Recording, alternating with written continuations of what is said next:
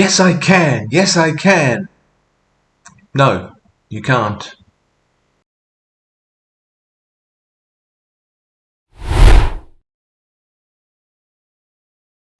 Anything is possible, they say. You can be anything you want to be, they say. No, it isn't.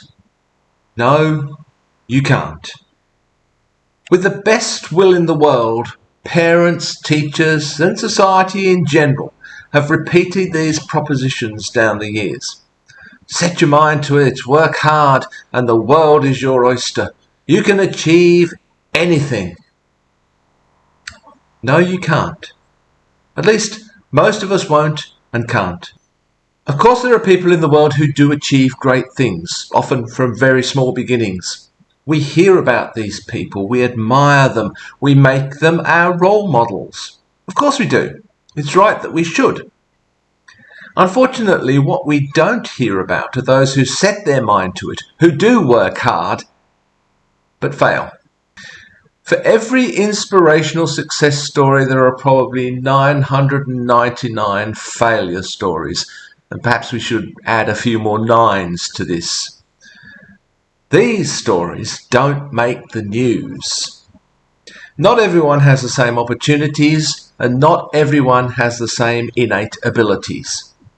I'm going to be better at some things than others. Part of the path to success is, first of all, to identify our available opportunities and to work within our limitations. This doesn't mean that we're stuck in some kind of predetermined class or caste system. Well, not entirely anyway. Many of us will break out. There will be opportunities to expand our opportunities. But while the sky might not be the limit, there are limitations. Unfortunately, the prevailing attitude that everything is possible has created four difficulties for people today. First, it's created unrealistic expectations. There's only so much room at the top. Jobs are a resource, and there are simply not enough of the best jobs to go around. It would be an absurd world if everyone strived to emulate Bill Gates or Steve Jobs, in which everyone wanted to be a pop idol or a brain surgeon or a corporate lawyer. Then, within these top positions, there's only limited room at the very top. The success of some at achieving this position will inevitably be on the back of the failure of many, many others to do so. The second thing we've done is to create an unrelenting burden of competition for those top positions within these top jobs. The economic world sees competition as an unqualified good. It isn't. It borrows this concept from evolutionary theory in which the fittest survive. Supposedly, competition produces the best people for the job. This is nothing more than ideological claptrap. Were I inclined to be somewhat less polite, I might invoke bovine excrement at this point. Unfortunately, those who fill the best positions in the best fields do not necessarily reach this position on merit. It would perhaps be cynical to suggest they rarely do. In nature, in fact, competition is often avoided. While some animals fight and fight to the death, most avoid such confrontations after a symbolic encounter. Let me see. As a lioness, I can fight that other lioness over there for her prey, or I can move over to the next patch of savannah. But there will never be many lionesses in any case.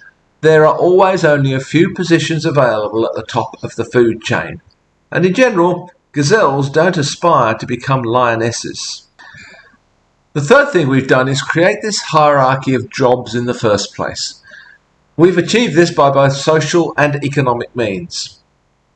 I understand why jobs which require longer and more specialised training tend to result in a higher income. But I wonder if the income differentials that actually exist are even close to being justified. In fact, I know they're not.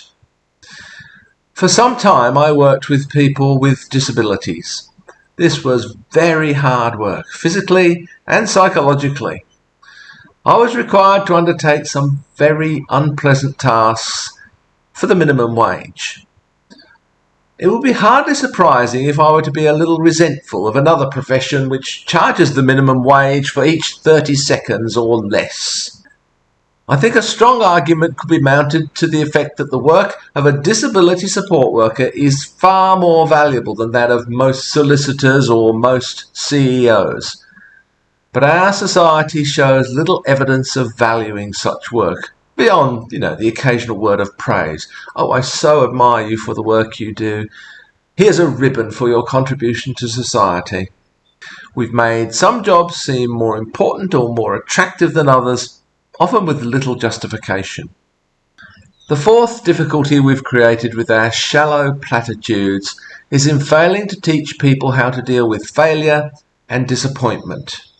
These are all but inevitable in life. It doesn't mean you give up. It doesn't mean you sink into the abyss.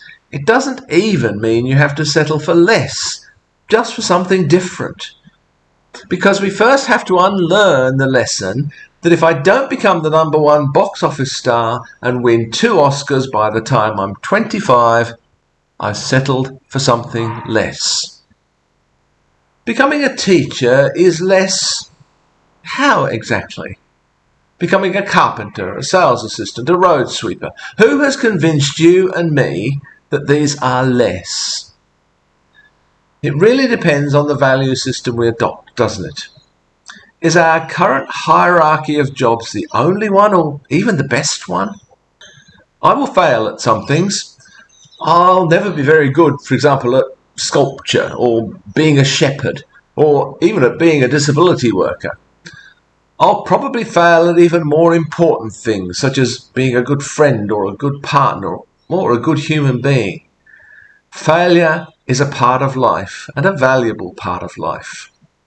The important thing is whether, when I fail, I'm willing to get up, dust myself off, and try something else. Not the same thing again, but something else. Perhaps even something that society, for one reason or another, not often very good reasons, considers something less. Positive thinking and a positive attitude are not the sheer act of willpower that some people seem to preach. If you believe you will succeed, you will. If you don't succeed, it must be because you didn't try hard enough or believe deeply enough.